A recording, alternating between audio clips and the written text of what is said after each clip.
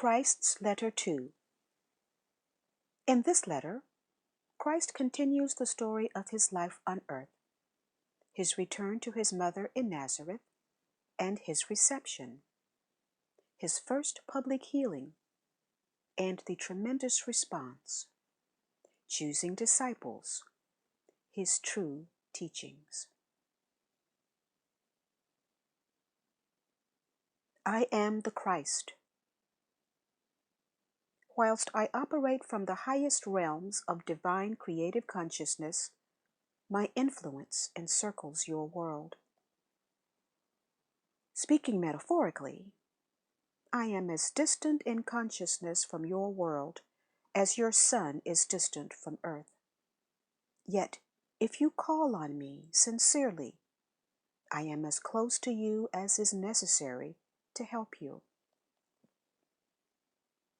There will be many who will be unable to receive these letters.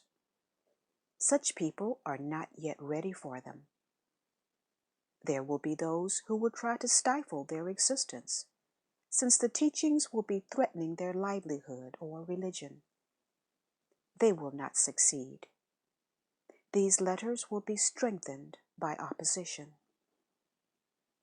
There will be those who will receive these letters with joy, since in their souls they have known that beyond the religions of the world has been truth, the reality of existence. These are the people who will prosper and will eventually save the world from self-annihilation.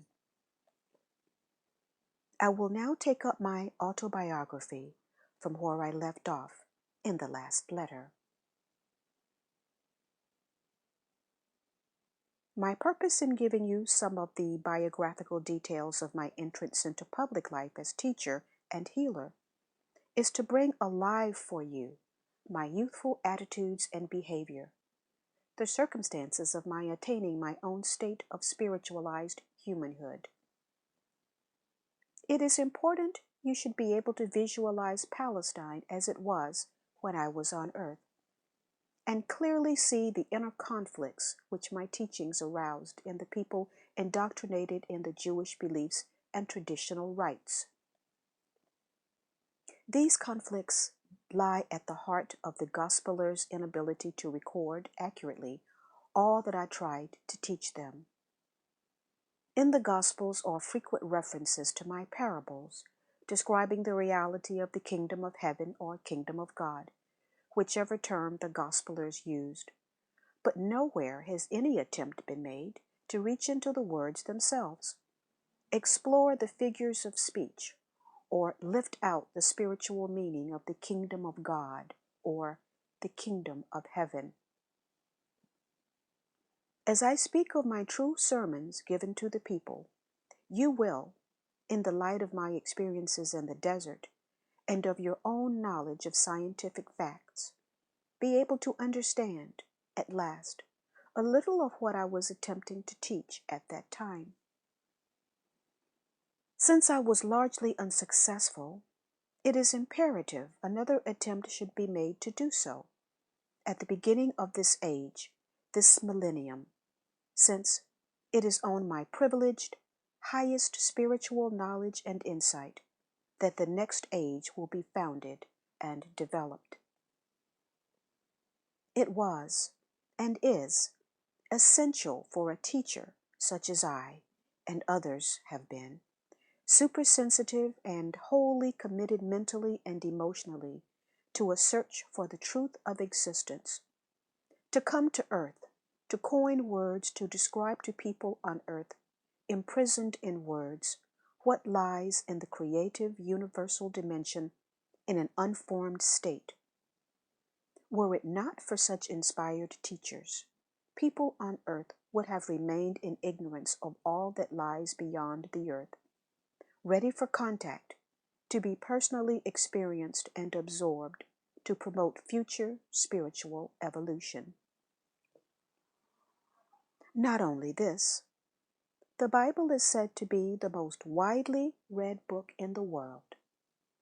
In its present form, it has served its purposes. The New Testament, as it stands, with all its baggage of misinterpretation, is a deterrent to spiritual evolution. It is now time to move forward into a new realm of mystical perception and understanding. Since it is impossible for me to descend into human body again to speak to the world, and I have other dimensions to whom I minister, I have trained a sensitive soul to receive and transcribe.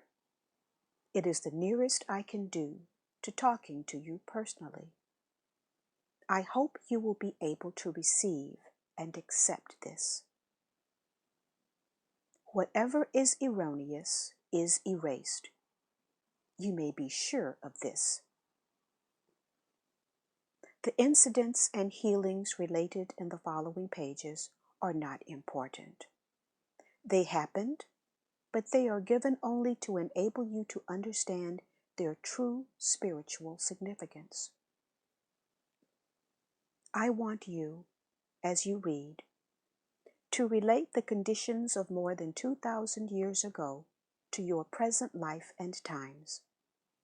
I want you to regard the persona of Jesus as an icon of what can eventually be achieved by every human being who is ready and willing to become a founder member of the kingdom of heaven on earth.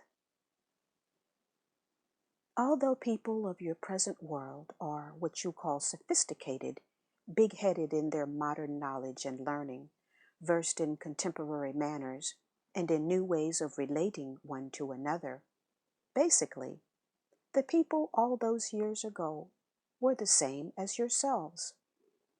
They were controlled and motivated entirely by their twin impulses of bonding rejection, desires repulsion, even as you are. They loved, hated, criticized, condemned, slandered and gossiped, possessed ambitions to rise to the top of society, despised those who were failures in life, secretly slept around, as you call it, and taunted those who were different in any way to themselves. To help you fully understand and enter into my time on earth, my consciousness has descended to your plane of earthly existence to experience yet again the persona of Jesus and the emotions and events in which I was involved.